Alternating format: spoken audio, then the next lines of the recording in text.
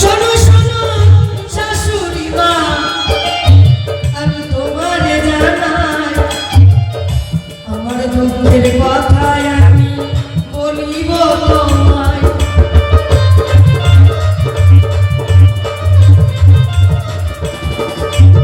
ও শাশুড়ি মা, তুমি তো সবার কাছে নিন্দা করে বেড়ালে, আমি তোমার কোনো নিন্দা কারো কাছে করবো না। শাশুড়ি মায়েদের একটা নিয়ম আছে দেখবে, শাশুড়ি মায়েরা মানে বৌমাকে যখন বাড়িতে নিয়ে আসে বিয়ে দেওয়ার পরে, বাড়িতে নিয়ে আসার পরে বলে ও বৌমা, এই যে আজ থেকে এই সংসারের মালিক তুমি, তোমারই সংসার, আজ থেকে তুমি যা করবে তাই, তুমি ভাত দিলে ভাত খাবো, না দিলে না খেয়ে থাকবো, তাই না? এটা কিন্তু শাশুড়িদের মুখের কথা, মনের কথা না। আবার কি বলে, বৌমা শোনো, তুমি কিন্তু আমার মেয়ের মতোই, তুমি আমার বৌমা না, তুমি আমার মেয়ের মতোই, মেয়ের মতোই, মেয়ে না, মেয়ের মতো। তার মানে শাশুড়ি মা বৌমাকে মেয়ে বলে মানতেই পারে না, মেয়ের মতো, মেয়ে না। এবার মেয়ে যদি বেলা 9টা অবধি ঘুমায়, বৌমা মনে মনে চিন্তা করে শাশুড়ি মা তো বলেছে কালকে আমায়, আমিও মেয়ের মতো, তাহলে শাশুড়ি মার মেয়ে যখন 9টা অবধি ঘুমাচ্ছে, আমি 9:30 অবধি ঘুমাই, আমি 9:30 অবধি ঘুমাই। শাশুড়ি মায়ের মুখ একবারে 5 কেজি চালের ভাতের হাড়ের মতো হয়ে যায়। মেয়ে ঘুমাচ্ছে তাতে জ্বালা নাই, বৌমা ঘুমালেই জ্বালা। ও শাশুড়ি মা গেলে কোথায়? আসলে আসো, আসলে আসো, তোমার গুণের কথা বলি, আমি লোকের কাছে বলছি না, তোমাকেই বলবো। তোমার তো স্বভাব পাড়া পাড়া ঘুরে বেড়াবার, লোকের নিন্দা করে বেড়াবা লোকের কাছে, কিন্তু আমি লোকের কাছে বলবো না, যা বলবো তোমাকেই বলবো। তাহলে তুমি যে আমায় বললে তুমি আমার মেয়ের মতো, তাহলে আমি যদি একটু বেলা করে ঘুম থেকে উঠি, তোমার মুখটা ফুলে গেল, 5 কেজি চালের ভাতের হাঁড়ি হয়ে যায়, তখন কেন মেয়ের মতো ভাবতে পারো না? তারপরে দেখতে পাই শাশুড়ি মা যখন খাবার ভাগ করে, ভালো ভালো খাবারগুলো দেয় মেয়ের কাছে, আর সবাই খেয়ে দিয়ে যদি বাচ্চা অবশিষ্ট দেয় বৌমাকে, তখনও যদি বৌমা বলে ও মা আমারও তো খেতে ইচ্ছে করে, বলে বৌমা তুমি এই বাড়ির বউ, বউদের নিয়ম কি সবাইকে খাওয়াবে, তারপরে বাঁচলে খাবে, না বাঁচলে না খেয়ে থাকবে। ও বৌমা আমাদের সময় আমরা কতদিন না খেয়ে কাটাইছি, কত রাত না খেয়ে কাটছে, দুদিন না খেয়ে কাটছে, সেই কথা এই জায়গায় আনলে তো হবে না, হ্যাঁ? সেই কথাই এই জায়গায় আনলে হবে না। ও শাশুড়ি মা, এটা কলিযুগ, তাই কলিযুগের সাথে মিলিয়ে চলতে হবে তোমায়। তুমি সাজগোজে কলিযুগের সাথে মিলিয়ে চলবা। মডার্ন শাশুড়ি বলে কলিযুগের ইয়াং শাশুড়ি, তাহলে সেই যুগের তুমি যখন শাশুড়ি, সাজগোজে তুমি মডার্ন, ব্যবহারে কেন মডার্ন না?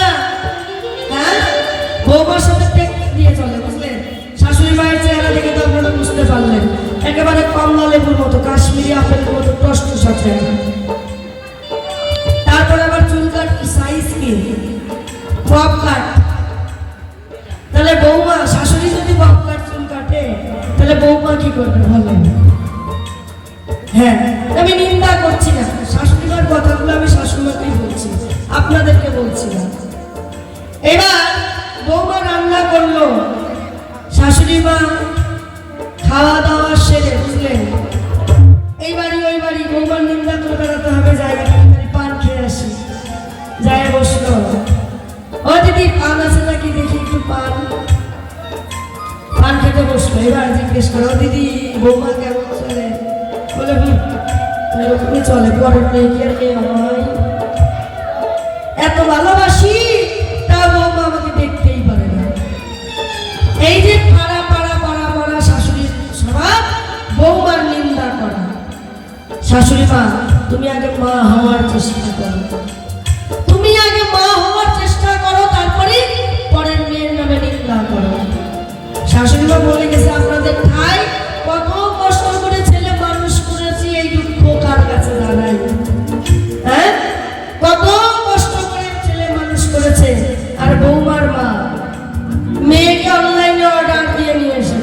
একটা ছেলে 10 মাস 10 দিন মাতৃগর্ভে থাকে, একটা মেয়েও 10 মাস 10 দিন মাতৃগর্ভে থাকে। একটা ছেলেও মাতৃস্তন পান করে বড় হয়, একটা মেয়েও মাতৃস্তন পান করে বড় হয়। একটা ছেলের পিছনে মায়ের যত পরিশ্রম, একটা মেয়ের পিছনে তত পরিশ্রম। যদি মানুষের মতো মানুষ করা যায়, একটা ছেলের থেকে মেয়ের পিছনে খরচ বেশি হয়। হ্যাঁ, কি না আমি ছেলে মানুষ করেছি কষ্ট করে, হারে শাশুড়ি মা আমার। হ্যাঁ, আর মেয়েটা মানুষ করতে মেয়ের মারও কষ্ট হয়নি, মেয়ের বাবারও কষ্ট হয়নি। তোমার শুধু এইটুকু ভাবা উচিত, তুমি একজন মেয়ে, তোমার ছেলেকে মানুষ করেছো, তোমার ছেলে তোমার কাছেই আছে। যেভাবেই দেখুক না দেখুক, মা বলে ডাকুক আর না ডাকুক, তুমি সবসময় তোমার ছেলেকে সামনে পাচ্ছ, দেখতে পাচ্ছ। আর যে মেয়েটা তোমার ঘরে এসেছে, তুমি একবার ভেবে দেখো তো, নিজের বাবা মা আত্মীয় স্বজন, নিজের বাবা মা আত্মীয় স্বজন পরিজন সবাইকে ত্যাগ করে, প্রিয় মানুষগুলোকে ছেড়ে তোমার ঘরে চলে এসেছে, আপন পর করে তোমার ঘরে এসেছে, ঘর বাঁধার ঘরে। হ্যাঁ, এইটা মেয়েদের কত বড় একটা ত্যাগ, কত বড় ত্যাগ করে একটা মেয়ে আসে পরের ঘরে। শাশুড়ি মা ভেবে দেখো, যেদিন তোমার বিয়ে হয়েছিল, যেদিন তুমি দুমুঠো ইঁদুরের মাটি তোমার মায়ের আঁচলে দিয়ে বলেছিলে আজ থেকে মা বাবার সকলের ঋণ শোধ করে চলে গেল, সেদিন তোমার ভিতরে কেমন হয়েছিল? মা বাবার ঋণ কখনো শোধ করা যায়? মা বাবার ঋণ কখনো শোধ করা যায়? শোধ করা যায় না। তাই পরীক্ষিত বেলা একটি গানে বলে গেছে, মায়ের এক ফোঁটা দুধের ঋণ শোধ হবে না কোনোদিন, জন্ম জন্মান্তরে করিলে তপস্যা। তবুও সেই মায়ের ঋণ একটা মেয়ে শোধ করে আসে দিয়ে মাত্র ইঁদুরের মাটিতে।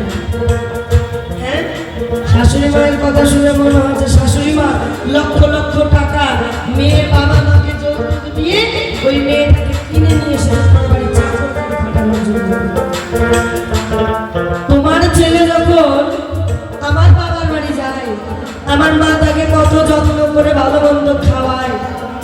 হ্যাঁ, আর তোমার বাড়িতে আমি যখন আসলাম, যেদিন বিয়ে হয়ে আসলাম, পরের দিনে তুমি ঝাঁটা ধরালে, আমায় ঝাড় দাও, বাসন ধরালে, বাসন মাজো, কাপড় কাচো। হ্যাঁ, এই যে শাশুড়ি মা আর মায়ের মধ্যে তফাৎ। তাহলে আমার মা তো তোমার ছেলেকে দিয়ে এগুলো করায় না, তুমি কেন পরের মেয়েটাকে নিয়ে এসে বাড়িতে ঝিয়ের মতো খাটাও? ওটা কি বিনা পয়সার ঝি? আসলে কি বলতো, এখন বুঝতে শিখেছি, একটু একটু, আগে তো বুঝতে পারতাম না। আগে যদি বুঝতে পারতাম তাহলে একটু একটু জবাব দিতাম, এখন বুঝি। হ্যাঁ, যে বিনা পয়সায় ঝি নিয়ে আসে বাড়িতে ছেলের বাবা মায়েরা। আর ওনার ছেলে যখন শ্বশুর বাড়ি যায়, তখন মেয়ের বাবা মা ভাবে আমার বাড়িতে ভগবান এসেছে, জামাই তো না, যেন ভগবান, কত যত্ন করে, কত ভালো মন্দ খাওয়ায়। বিয়ে হয়ে যখন আসলাম শ্বশুর বাড়ি, শাশুড়ি মা তোমার ঘরে যখন পা দিলাম, তোমার ঘরে যে একটা বুনো ওলের ঝাড় বোনা আছে, সেই তো তুমি বলো নাই, বলে গেছে সবাই আমরা জটিলা কটিলা মা বেটি। বা তাহলে ওই যে তোমার মেয়ে কটিলা, ওইটা যে একটা পুরো বুনো কচুর ঝাড়, ওই ঝাড়ের জন্য যতদিনই তোমার সংসারে আছে কোনোদিন সুখ পেলাম না, শান্তিও পেলাম না। শাশুড়ি মা তোমার ওই বুনো কচুর ঝাড় কি পারে না? নতুন সংসার ভাঙতে পারে, নতুন হাড়ি ভাঙতে পারে, ভালো জায়গায় ঝগড়া লাগাতে পারে, ছাড়াতে পারে না। ভালো সংসারে অশান্তি লাগাতে পারে না। হ্যাঁ, আবার এত সতী তোমার মেয়ে ঝাঁঝুরে করে জলও আনতে পারে, এত সতী। মানুষের পায়ে পাড়া দিয়ে ঝগড়া লাগাতে পারে, সে হচ্ছে তোমার মেয়ে কুটিলা। তোমার মেয়ে কুটিলা যদি সংসারে না থাকতো তাহলে হয়তো তুমি একটু ভালোবাসলো, আমায় ভালোবাসতে। তোমার মেয়ের জ্বালায় তুমিও ভালোবাসো না, আর আমিও শান্তি পাই না। সবসময় মা মেয়ে মিলে শুধু আমার দোষ গুণ খুঁজে বেড়াও। শাশুড়ি মা, তোমার যদি এখন সত্য কথা কই তাহলে তোমার পাকা ধানে করবে মন। বলবো তো অবশ্যই, আপনাদেরকে বলবো না, আমি যা বলবো শাশুড়িকে বলবো। কেমন বাজা তোমায় করেছিলাম মানা, তোমার বৌমাকে ওই যমুনায় স্নান করতে যেতে দিও না। মা বলে, দেখ যমুনায় যদি স্নান না করে তাহলে স্নান করবে কোথায়? এখন তাহলে ঘরে ঘরে মার্শাল টিউবওয়েল হয়ে গেছে, তখন তার মার্শাল টিউবওয়েল ছিল না, ওই যমুনা ছাড়া গতিও ছিল না। আবার জলাতে যেতে হবে, স্নান করতে যেতে হবে। এইবার ও মা, এই যে তুমি আমার কথা শোনো না, দেখো একদিন তোমার সর্বনাশ হবেই হবে। এটা হচ্ছে কুটিলার কথা। কিন্তু মা জটিলা মেয়ের কথা শুনে, মেয়ের কথা শুনে বলেই বৌমার সাথে এত অশান্তি পাবে। এইবার মা কি করলেন, ও বৌমা তোমায় করি মানা, তুমি যমুনায় স্নান করতে যাবে, কিন্তু সঙ্গে কলসি নিবা না। কলসি একেবারেই নেওয়া যাবে না। তাহলে কিভাবে যাবে?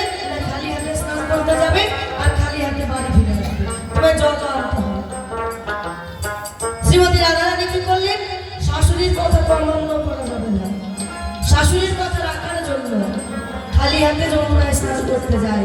কিন্তু গোবিন্দ সেবা দেবেন করে কৃষ্ণ ভক্ত যারা অতি চতুর তারা কি করেন, প্রত্যেক দিন মাথার যে কবরী খোপা, এই কবরীর মধ্যে ননি মাখন ভিতর ছানা লুকিয়ে নিয়ে যায়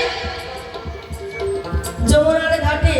কৃষ্ণ কালো সোনাকে যখন দেখতে পায়, কবরী খুলে চুলে করে কি করে, ওই ননি মাখন ভিতর ছানা বের করে গোবিন্দের বদনে দেয়। যখনই গোবিন্দের বদনে দেয় তুলে, এই ঘটনাও কিন্তু কুটিলার চোখে পড়ে। ওমা, তোমার বৌমা কত চালাক আর কত শয়তান ভাবো। বলে কি, আজকে তো কলসি নিয়ে যায়নি, কলসি নিয়ে যেতে করেছো মানা, তাই তোমার বৌমা কি করেছে, কবরীর মধ্যে করে ননি মাখন ভিতর ছানা নিয়ে গিয়ে ওই নন্দের একটা কালো ছোড়ার বদলে তুলে দিয়েছে। এত কষ্ট করে আমরা ননি মাখন তুলি, আর সেই ননি মাখন নিয়ে গিয়ে তোমার এই যে গোয়ালিনী তুলে দেয় ওই কালো ছোড়ার বদলে। বাবা, তোমার করি মানা, তোমার বৌমাকে তুমি আর যমুনায় যেতে দিও না। জটিলা এবার পরের দিন বলে, বৌমা তুমি এক কাজ করো, তোমার মাথার কবরী খুলে এলো কেসে তুমি যমুনায় স্নান করতে যাবে। এলো কেসে যাবে, আবার এলো কেসে আসবে। ঠিক আছে, শাশুড়ির কথা তো অমান্য করা যায় না। এবার বৌমা কি করলেন, বগলের নিচে ননি মাখন ধৃত ছানা দেবে নিয়ে গোবিন্দের মুখে দেয় তুলে। এটাও কিন্তু কুটিলার চোখে পড়ে যায়। কুটিলা এসে বলে, ওমা তোমার বৌমা কিন্তু মোটেও ভালো না, চরিত্রও ভালো না, স্বভাবও ভালো না। বলে কেন? বলে দেখো, ওই বগলের নিচে করে ননি মাখন ধৃত ছানা নিয়ে গিয়ে ওই কালো ছোড়ার বদলে দেয় তুলে। শাশুড়ি মার কি করবে এইবার? এইবার বলে, বৌমা তোমায় বলি মানা, তুমি যখন স্নান করতে যাবা হাত দুটো এমন করে যাবা না। বলে কেন? বলে দুটি হাত ওপরের দিকে তুলে, বাহু দুটি ওপরের দিকে তুলে তুমি কি করবে না, বদনে শ্যামা মায়ের নাম গুণগান গাইতে গাইতে যমুনায় যাবে। এইবার রাধারানী, প্রথমেই তো বলেছি যে কৃষ্ণ ভক্ত যারা অতি চালাক তারা গোবিন্দ সেবা করতে কি করেছে, না জিহ্বার নিচে ননি মাখন ধৃত ছানা নিয়ে বদনে নিয়ে ভগবানের নাম গুণগান গাইতে গাইতে যাচ্ছে। শাশুড়িমা বলেছে শ্যামা মায়ের নাম গুণগান গাইতে, আর এদিকে রাধারানী কি করেছে, শ্যামের নাম গুণগান গাইতে গাইতে যাচ্ছে। কিভাবে? বলে শ্যামা আমার শ্যামা আমার শ্যামা আমার শ্যামা আমার আমি শ্যামের শ্যামা আমার শ্যামা আমার শ্যামা আমার আমি শ্যামের শ্যামা আমার শ্যামা আমার শ্যামা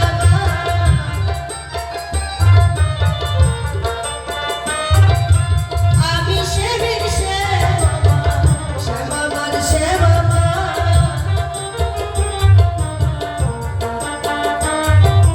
এই যে হেমকাণ্ড বাহু তুলে শ্যামা মায়ের গুণগান গাইতে গাইতে যাচ্ছে। শাশুড়ি মা ভাবলে বৌমা আমার শ্যামা মায়ের গুণগান গাইছে, বা এতদিনে বৌমার পথে এসেছে। কিন্তু বৌমা কি পথে আসে? জন্ম জন্মান্তরে সম্পর্ক যার সাথে, সেই জগৎ স্বামী বসে রয়েছে পথে। রাধারানী শ্যামের গুণগান গাইতে গাইতে শ্যাম আমার শ্যাম আমার আমি শ্যামের শ্যাম আমার শ্যাম আমার শ্যাম আমার শ্যামা মায়ের গুণগান গাইতে গাইতে চলেছে। আচ্ছা, এই যে এত চেষ্টা করলো শাশুড়ি আর ননদে, তবুও কিন্তু কৃষ্ণ ভজন থেকে রাধারানীকে বঞ্চিত করতে পারলো না। ও শাশুড়ি মা, যার জন্য কলঙ্ক মেখেছে গায়ে, তাকে এত সহজে ছেড়ে দেব? তাই কি আর হয়? একবার ভেবে দেখো, অনাদিরাদি সৃষ্টি স্রষ্টা বিশ্ব ব্রহ্মাণ্ডের মালিক যারা ভজন করি আমি, সেও কিন্তু তোমার স্বামী। নিতাই গৌর প্রেমানন্দ হরি বল হরি বল।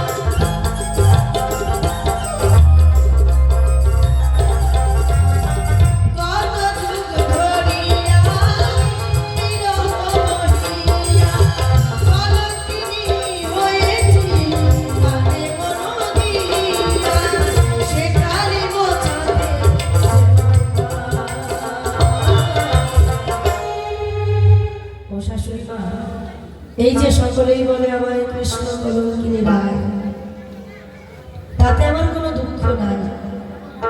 যখন আমি পথে হেঁটে যাই, সকলেই আমার দিকে তাকায় আর বলে ওই দেখ দেখ যায় কৃষ্ণ কলঙ্কিনী রায়।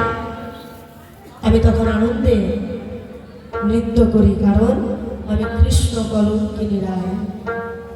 কজন হতে পারে আমি যেন জন্ম জন্মান্তরে এমনভাবে কৃষ্ণ নামের কলঙ্ক গায়ে মারতে পারি।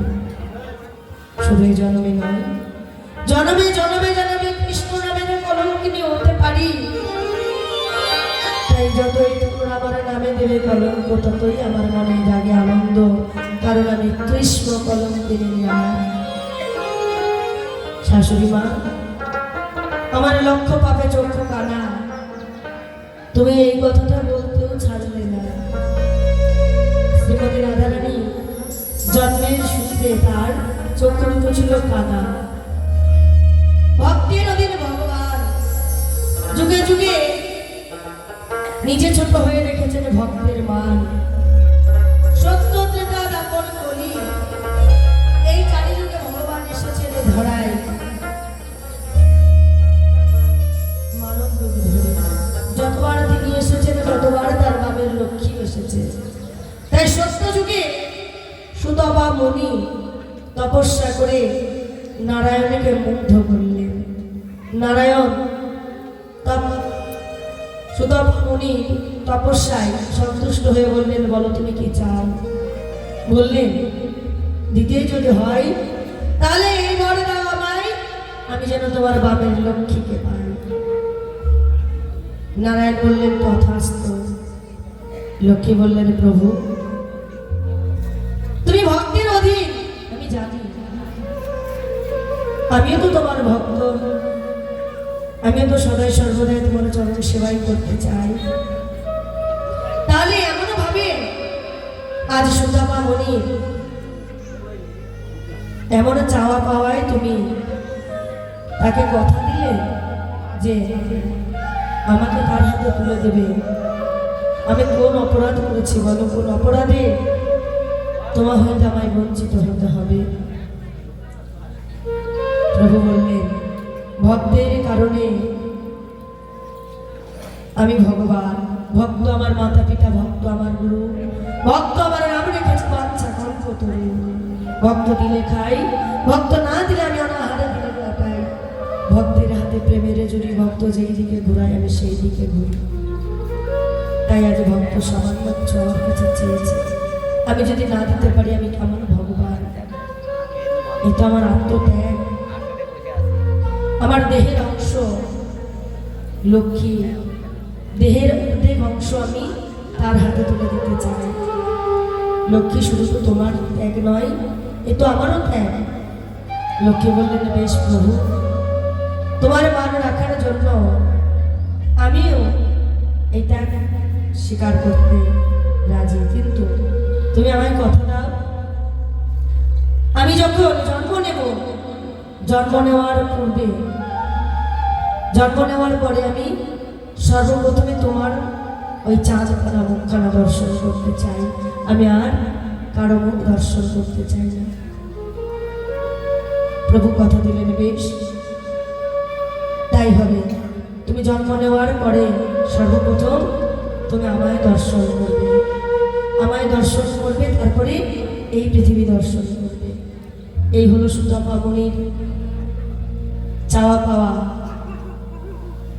ত্রেতা যুগে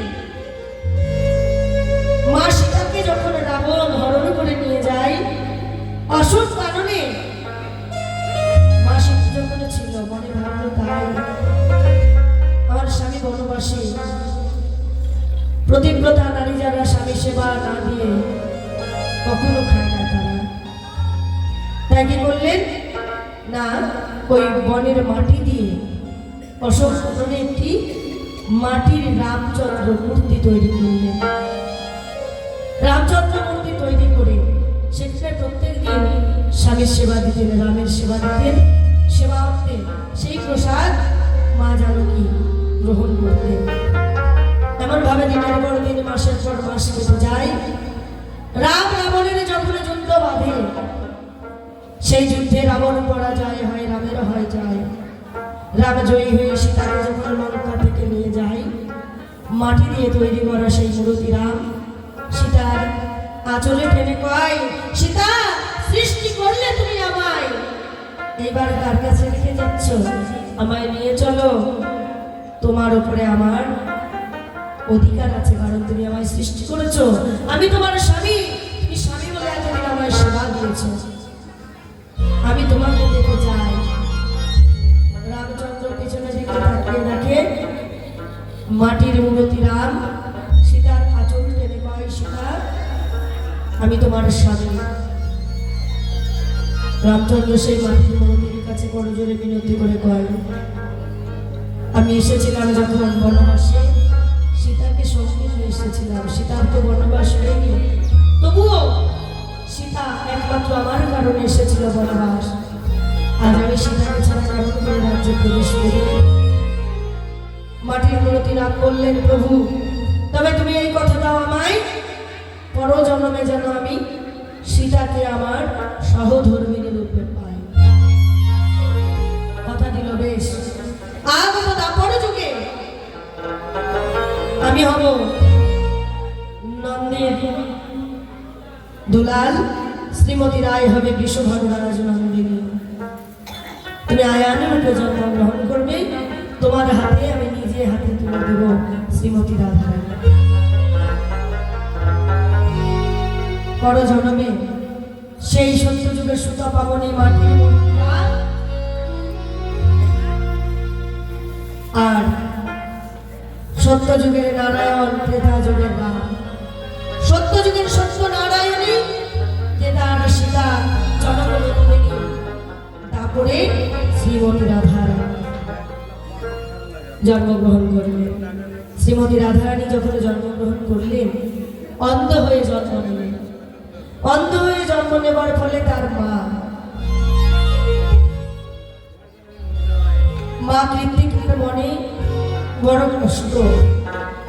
একটি কন্যা জন্মগ্রহণ করেছে, কন্যাটি অন্ধ, চোখে দেখতে পায় না, এত সুন্দর, তার রূপে যেন চন্দ্র সূর্য মোহিত, লক্ষ লক্ষ তারা, সেই তারার আলো যেন তার কাছে তুচ্ছ। কিন্তু মেয়েটি অন্ধ। এই অন্ধ কন্যা সারা রাজ্যে সবার মুখে মুখে ছড়িয়ে পড়েছে বিশ্বভানু রাজনন্দিনী। এত সুন্দর একটি কন্যা, কিন্তু সে চোখে দেখতে পায় না। এমন কথা যখন মা যশোদার গর্ভে গিয়ে পৌঁছায়, মা যশোদা আর কৃত্তিকা এরা ছিল দুইজন বান্ধবী, সখী, দুই সখী। সখীর কন্যা জন্ম নিয়েছে, চোখে দেখতে পায় না। মা কি করলেন, ছোট্ট গোপালকে কোলে নিয়ে সখীর বাড়িতে এলেন। দুইজনকে পাশাপাশি যখন শোয়ায়, এইদিকে দুই সখী মিলে অন্যদিকে আলাপন করে। এমন সময় গোবিন্দের হাতটা গিয়ে রাধারানীর হাতের উপরে পড়ে। রায়, একবার নয়ন মেলে চেয়ে দেখো, আমি এসেছি তোমার দ্বারে। তুমি যে কথা দিয়েছিলে সর্বপ্রথমে তুমি আমায় দর্শন করবে, আমিও কথা দিয়েছিলাম তোমায়, আমি সর্বপ্রথমে তোমায় দর্শন দেব। তার আগে এই পৃথিবী কেমন তুমি দর্শন করতে পারবে না, তাই তোমার কথা রাখার জন্য আমি এসেছি। তুমি একবার নয়ন মেলে চেয়ে দেখো। যখনই গোবিন্দের স্পর্শ পেল শ্রীমতী রাধারানী, তখনই নয়ন মেলে চেয়ে দেখল। শ্রীমতী রাধারানী তো কানা হয়ে জন্ম নেয়নি, এটা কথা দেওয়া ছিল পূর্বজন্মে। তাই গোবিন্দকে দর্শন করবে বলে এই চোখ দুটো বন্ধ করেছিল। পৃথিবীটাও দর্শন করেনি, এত সুন্দর পৃথিবী, এই পৃথিবীটাও দর্শন করেনি। তারপরে শাশুড়ি মা বলে গেছে এই ধর্মসভাটা। আচ্ছা, এগুলো কথা কি সব জায়গায় বলা যায়? বলে আমারও তো শ্বাস রাখতে পারে, নাতি নাতনি নিয়ে ঘর ভরবো, নাতি নাতনি নিয়ে খেলা করব, তুমি ওই নন্দের বেটা কালোচনার সঙ্গে ফষ্টি নষ্টি করো। ও শাশুড়ি মা, ফষ্টি নষ্টি নয়, ওইটাও এক ধরনের প্রীতি। সেই প্রীতির ভাব তুমি এখনো বোঝো না। আর তুমি যে বলছো নাতি নাতনি, এখনো যদি আসল কথা কই তাহলে তোমার টাকা ধানে পড়বে মই। হ্যাঁ, তোমার ছেলে যে কি তুমি তো জানো না, আসল ঘরে মুসল নাই। ও শাশুড়ি মা, তোমার ছেলে নহ পুরুষ নহ নারী, তোমার ছেলে হলো বৃহন্নলা, মানে হিজড়া। কারণ পূর্বজন্মে যখন সীতা ওই মাটির মূর্তি রাম তৈরি করেছিল, গোপন অঙ্গ তৈরি করে, তাই সেই মাটির মূর্তি রাম পরজন্মে আয়ান ঘোষ। তাহলে শাশুড়ি মা একবার ভেবে দেখো যে তোমার ওইটা ছেলে না মেয়ে নাকি? হ্যাঁ শাশুড়ি মা, তাই আমি তোমায় বলে যাই, শোনো, সময় থাকতে, কোনো সময় আছে, তুমি আমার সাথে এসো, আমরা শাশুড়ি বৌমা দুইজনে মিলে ওই একজনের সাথে প্রীতি করি। যার সঙ্গে প্রীতি না করলে ভব নদী পার হওয়া যাবে না, তার সাথে প্রীতি করা ভালো। ওই পাড়ায় পাড়ায় মানুষের কাছে বৌমা নামে নিন্দা করো না। যদি পারো আসো, শাশুড়ি বৌমা একসাথে কৃষ্ণ কালো সোনার সাথে প্রীতি করি। নিতাই গৌর হরিবল হরিবল। কৃষ্ণ কৃষ্ণ কৃষ্ণ বলিয়া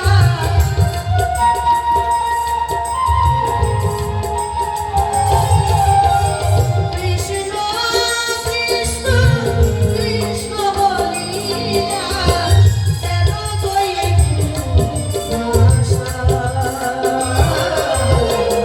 মরণে যেন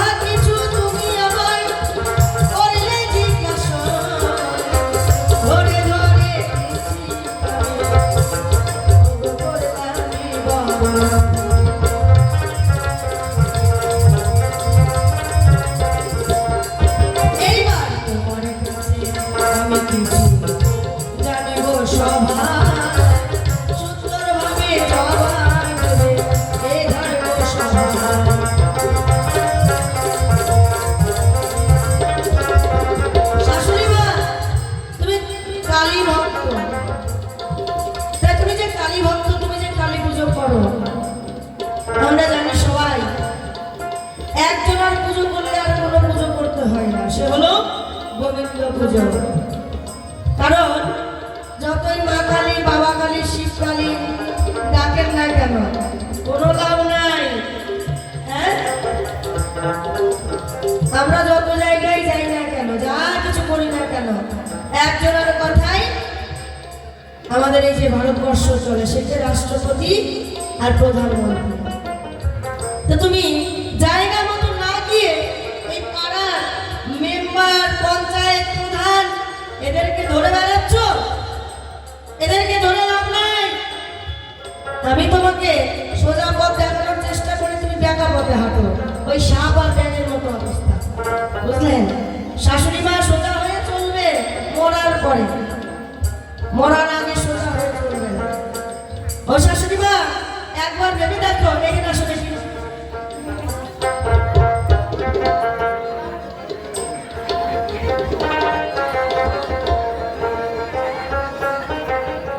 দেখেন কি ঠেকা শাশুড়ি, দেখছেন?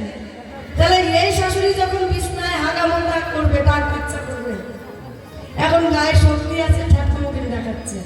হ্যাঁ, আচ্ছা ও শাশুড়ি মা, আমি এটাই প্রমাণ করতে চাইলাম, নিয়ে সেই জায়গায় দাঁড় করে শাশুড়ি মা মুখ টিপে ধরতাম। কতক্ষণ দেখি বাবা কালী, শিব কালী, মা কালী দম রাখতে পারে। হ্যাঁ, তোমার দেহের মধ্যে রয়েছে প্রাণ গোবিন্দ, সেই গোবিন্দ দিবানিশি 2600 বার যায় আসে, চলে গিয়ে যদি ফিরে আর না আসে, তোমার ওই মা কালী, শিব কালী, বাবা কালী 14 গোষ্ঠী কেউ পারবে না তোমায় বাঁচাতে। তোমার দেহের মধ্যে যে গোবিন্দ, সে গোবিন্দকে তো তুমি চিনলে না।